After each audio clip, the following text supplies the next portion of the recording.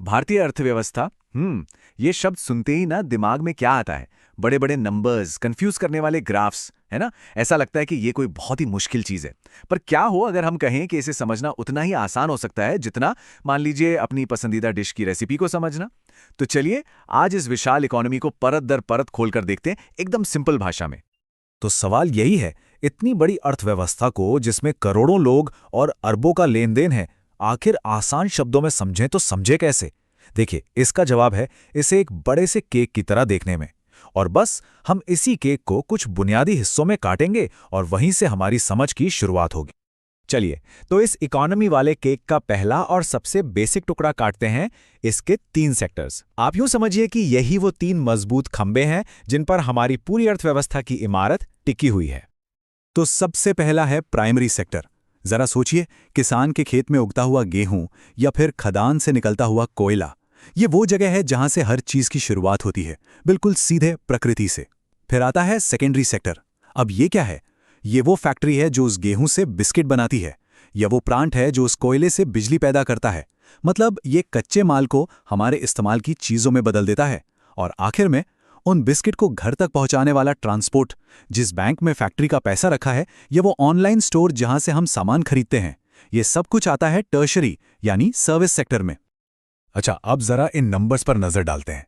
ये सिर्फ आंकड़े नहीं है, ये एक पूरी कहानी बता रहे हैं। देखिए, 54%, आधे से भी ज्यादा, ये है सर्विस सेक्टर, मतलब हमारी इकोनॉमी का सबसे बड़ा हीरो। इसका सीधा सा मतलब यह है कि भारत की अर्थव्यवस्था अब सिर्फ खेती या फैक्ट्रियों पर उतनी निर्भर नहीं है जितनी कभी हुआ करती थी। आज हमारी पहचान बन रही है सॉफ्टवेयर से, बैंकिंग से, टूरिज्म से, और ये एक बहुत बड़ा और बहुत ही जरूरी बदलाव है। तो हमने इकोनॉमी के केक की परतों को तो समझ लिया, पर यह कैसे पता चले कि ये केक बड़ा हो रहा है या छोटा, या फिर इसकी सेहत कैसी है? भाई, यहीं पर काम आते हैं हमारी इकोनॉमी के हेल्थ चेकअप टूल्स, जिन्हें हम आर्थिक संकेतक कहते हैं। और इन सब में सबसे जरूरी टूल है जीडीपी। इसे बस इकोनॉमी का रिपोर्ट कार्ड समझ लीजिए। जब जीडीपी बढ़ती है तो इसका मतलब है कि देश में ज्यादा सामान बन रहा है, ज्यादा सेवाएं दी जा रही हैं, और इसका सीधा असर हम सब पर पड़ता है। ज्यादा नौकरियां, बेहतर सैलरी और सबके लिए ज्यादा मौके। अब आते हैं उन 2 शब्दों पर जो हम खबरों में लगभग रोज सुनते हैं, इन्फ्लेशन और डिफ्लेशन।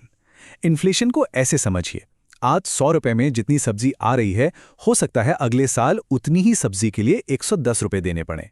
मतलब पैसे की जो खरीदने की ताकत थी वो कम हो गई। और डिफ्लेशन वो इसका ठीक उल्टा है। सुनने में तो अच्छा लगता है, पर असल में ये इकोनॉमी के लिए खतरे की घंटी हो सकता है। और ये है फिस्कल डेफिसिट। इसको आप सरकार का क्रेडिट कार्ड बिल समझ सकते हैं।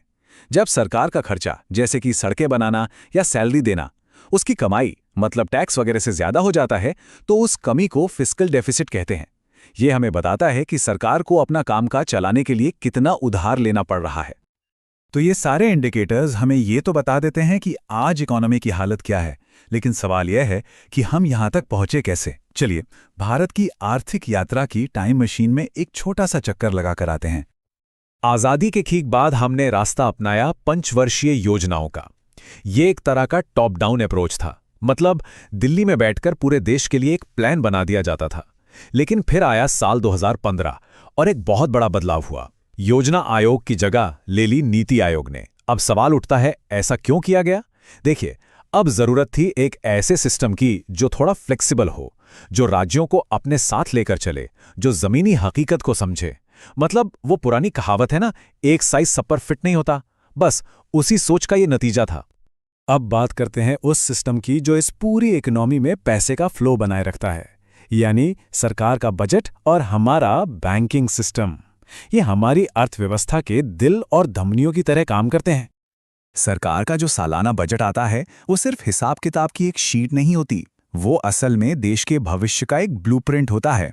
इसी में यह तय होता है कि हमारे इलाके में नया स्कूल बनेगा या नहीं, हाईवे बनाने पर कितना पैसा लगेगा, या फिर स्वास्थ्य सेवाओं पर कितना खर्च होगा। बजट की हर एक घोषणा हमारी जिंदगी पर सीधा असर डालती है। और इस पैसे को पूरी इकोनॉमी में घुमाने का काम कौन करता है? हमारा बैंकिंग सिस्टम। चाहे वो कोई सरकारी बैंक हो या प्राइवेट, उनका काम सिर्फ पैसा जमा करना नहीं है, वो हमारी छोटी छोटी बचत को जोड़कर किसी को घर खरीदने के लिए लोन देते हैं, किसी कारोबारी को फैक्ट्री लगाने के लिए पैसा देते हैं और इस तरह पैसे को काम पर लगाकर इकोनॉमी को रफ्तार देते हैं। ठीक है, जीडीपी, बजट, बैंक, ये सब तो हो गई बड़ी बड़ी बातें, लेकिन इन सब का हमारी रोज की जिंदगी से क्या लेना देना?